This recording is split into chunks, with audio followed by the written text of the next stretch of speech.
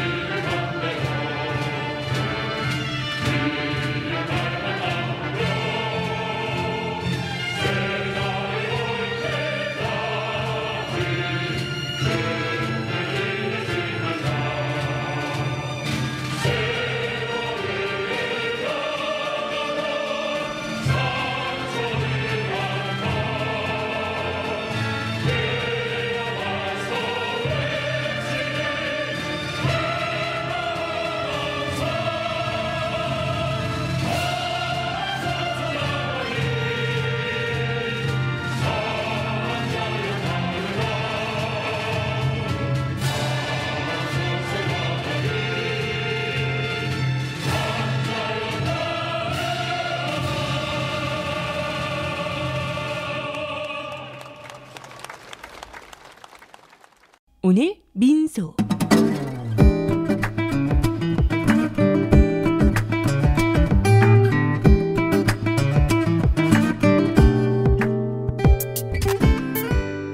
오늘은 38주년 5.18 민주화운동 기념일입니다.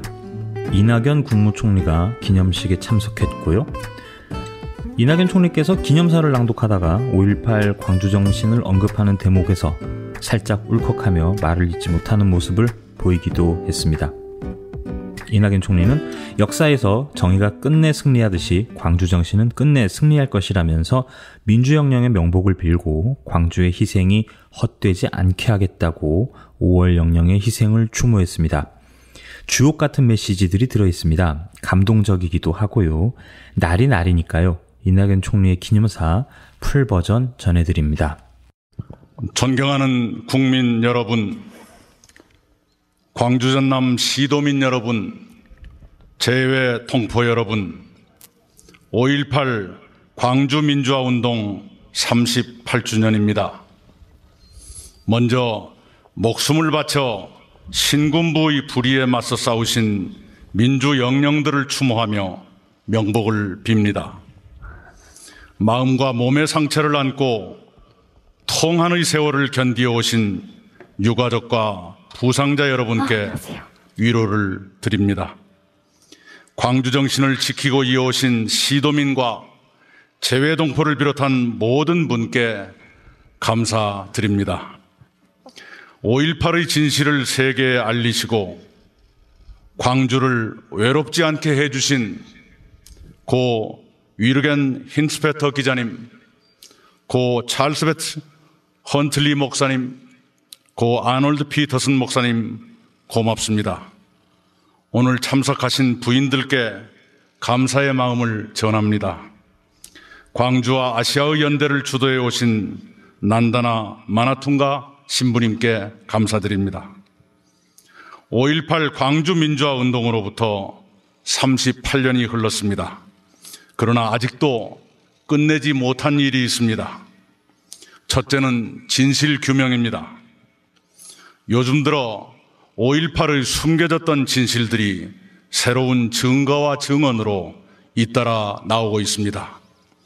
불완전했던 진실 규명이 이제 채워져 가고 있는 것입니다. 문재인 정부 들어 제정된 5.18 특별법에 따라 진상규명위원회가 9월부터 가동되면 어떠한 제약도 받지 않고 아무런 의혹도 남기지 않고 진실을 완전히 밝혀줄 것이라고 저는 믿습니다. 당시 국방부가 진실의 왜곡을 주도했다는 정황도 드러났습니다. 앞으로 사실이 규명되고 책임도 가려질 것입니다. 과거 정부의 범죄적 행태에 깊은 유감을 표합니다. 사실이 확인되는 대로 정부의 정리된 입장을 밝히겠습니다. 책임을 져야 할 사람이 사실을 왜곡하고 광주의 명예를 훼손하기도 했습니다. 진실의 심판을 피하지 못할 것입니다. 둘째는 역사의 복원과 보존입니다. 정부는 옛 전남도청이 5.18의 상징적 장소로 복원되고 보존되도록 광주시와 함께 최선을 다하겠습니다. 유네스코 세계 기록유산으로 등재된 역사 자료를 더 보완하도록 광주시 및 유관단체들과 협력해 노력하겠습니다. 사랑하는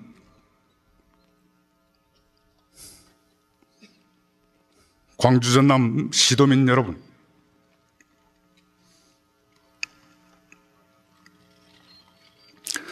(80년 5월) 광주는 광주다웠습니다. 5월 15일을 기해 서울의 대학생 시위는 수그러들었습니다. 그러나 광주는 오히려 일어났습니다. 17일 밤 비상계엄 전국 확대로 신군부는 정권 탈취의 야욕을 노골화했습니다. 그에 광주는 정면으로 맞섰습니다. 신군부는 군병력을 투입해 진압에 나섰습니다. 그래도 광주는 그들에게 무릎 꿇지 않았습니다. 그것이 광주입니다. 그들은 광주를 군화로 짓밟았습니다. 몽둥이로 때리고 칼로 찔렀습니다. 총으로 쏘았고 헬리콥터에서도 사격했습니다. 그래도 광주는 물러서지 않았습니다. 유혈의 현장에서 광주는 놀랍게도 질서를 유지했습니다. 배고픈 시위자에게 주먹밥을 나누었고 피 흘린 시위자를 위해 헌혈했습니다. 그것이 광주입니다. 80년에만 그런 것이 아닙니다. 일제 강점기에는 광주 학생들이 항일운동을 일으켜 3.1운동 이후 최대 규모의 전국적 시위를 선도했습니다. 해방 이후에도 광주 사람들은 정의로운 항거에 늘 앞장섰고 희생됐습니다. 그것이 광주입니다. 광주는 역사를 외면하지 않았습니다. 역사를 우회하지 않았습니다. 역사의 책임을 회피하지 않았습니다. 광주는 언제나 역사와 마주했습니다. 옳은 일에는 기쁘게 앞장섰고 옳지 않은 일에는 기꺼이 맞섰습니다. 그것이 광주입니다. 항상 광주는 새날을 기다렸습니다. 그날이 쉽게 올 것 같지 않아도 광주는 기다리며 싸웠습니다. 새날이 올 때까지 흔들리지 말자고 광주는 늘 맹세했습니다.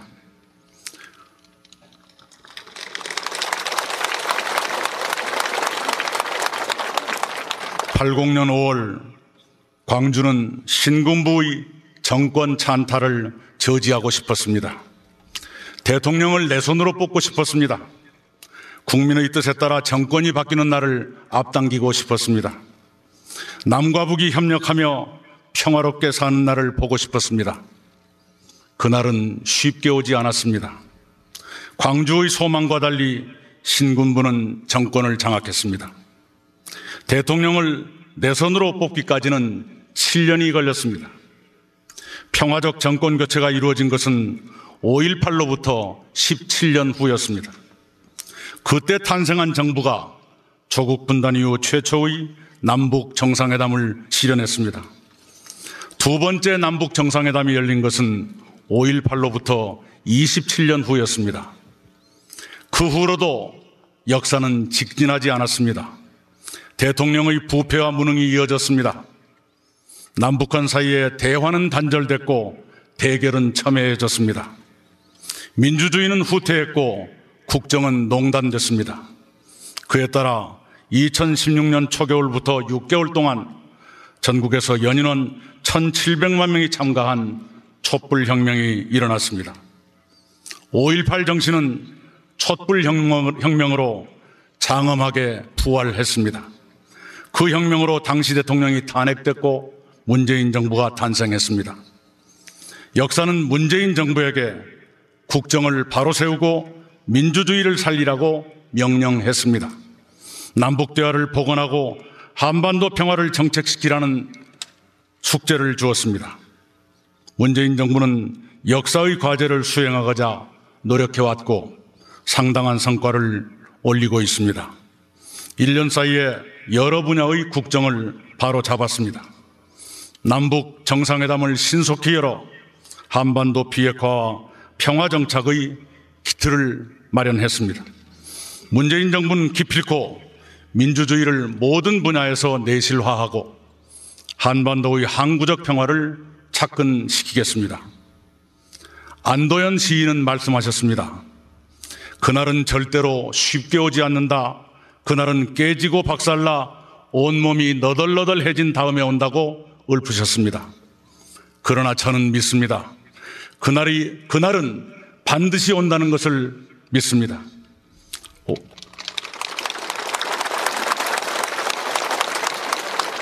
5.18 이후 38년의 역사가 그것을 증명합니다. 그날은 절대로 쉽게 오지 않지만 그러나 그날은 반드시 온다는 것을 역사가 증명하고 있습니다. 38년 전 전남도청에서 끝까지 항전하다 산화하신 윤상환 열사는 말씀하셨습니다. 오늘 우리는 패배할 것이다.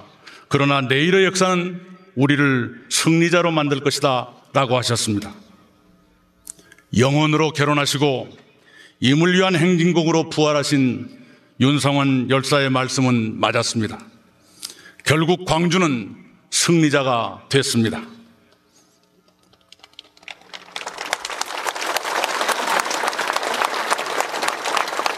앞으로도 광주는 승리할 것입니다.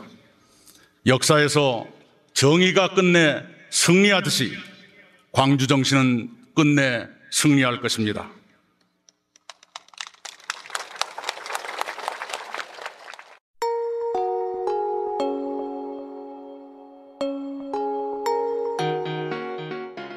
오늘 민소 95년에 광주에서 무슨 일이 일어났는지 처음 알았습니다. 당시 대학교 1학년이었고요.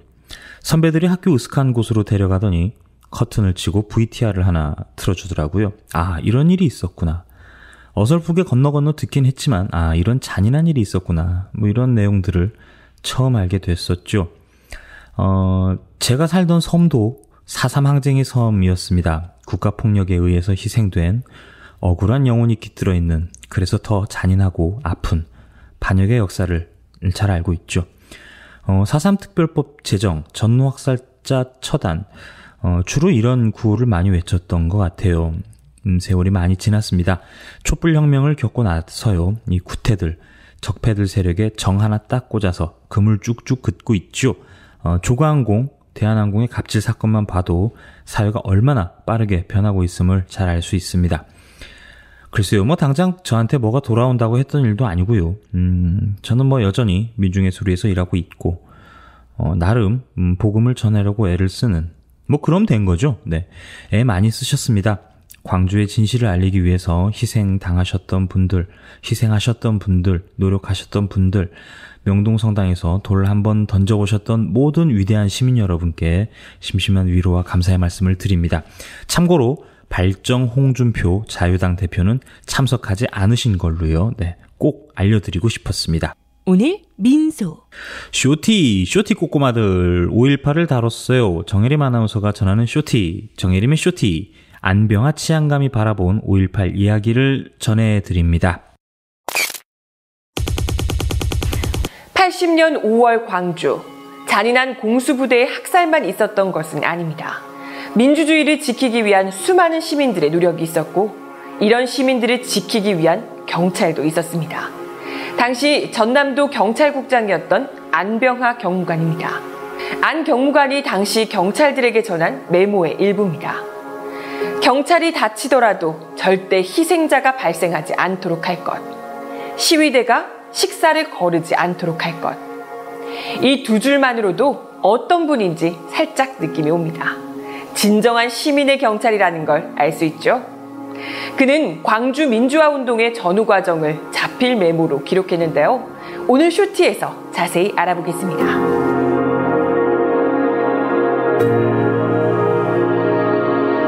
고인이 된 안병하 치안감은 6.4 8기로 한국전쟁에 참전해 화랑 무공훈장을 2번이나 받은 전쟁 영웅입니다.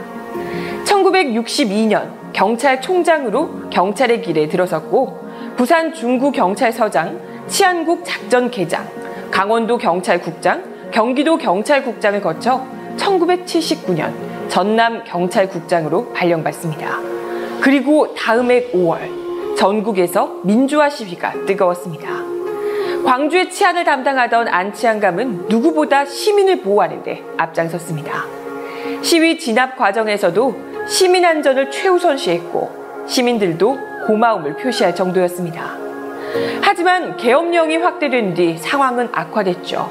안 치안감은 당시를 이렇게 기록했습니다. 5월 16일까지 시위는 평온했으나 17일 자정 이후 계엄령 확대, 공수부대 투입과 진압 시작, 이에 자극받은 시민들의 무장으로 상황이 악화됐다. 광주 사태 발생 동기 1. 과격한 진압으로 인한 유혈 사태로 시민 자극. 2. 악성 유언비어 유포 등 시민들을 극도로 자극. 3. 김대중 씨 구속으로 자극. 계엄 상황에서도 안 치안감은 발포 명령을 거부하고 오히려 경찰이 갖고 있던 무기를 모두 회수했습니다. 시민들에게 총부리를 겨눌 수 없다는 이유에서였죠. 당시 기록에 보면 군의 과잉 진압에 항의하던 경찰 간부가 군인에게 구타당했다는 내용도 있습니다. 그만큼 경찰들이 시민들을 보호하기 위해 노력했음을 알 수 있습니다.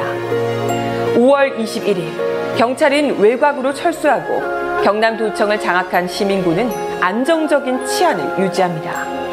안 치안감의 메모에는 이렇게 기록됐습니다. 5월 24일 광주서 외곽에는 시민군 20-30명이 서를 보호하기 위해 경비를 서고 있었다. 경찰국장실은 그대로 있었고, 경찰 철수 후 무경찰 상태에서 강력 사건을 염려하였으나 발생하지 않았고, 시민군에 의해 치안이 유지됐다. 이날 안 치안감은 계엄군에 연행됩니다. 직무유기 및 지휘 포기 혐의입니다. 시민들을 보호한 것이 신군부의 명령에 불복종했다는 겁니다. 안 치안감은 부하들에게 책임을 묻지 않겠다는 조건으로 사표를 쓰는데요. 이후 고문 후유증을 앓다 1988년 숨을 거뒀습니다.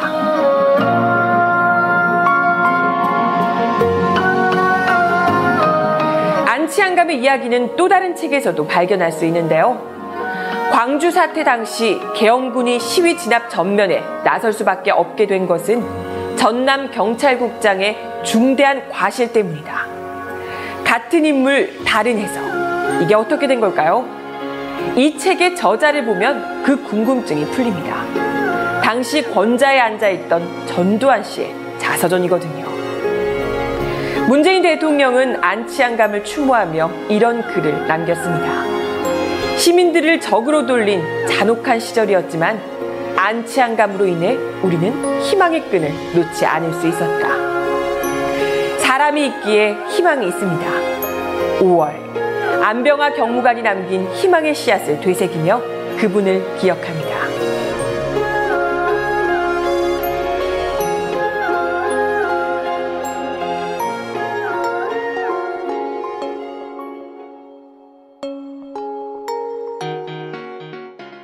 오늘 민소.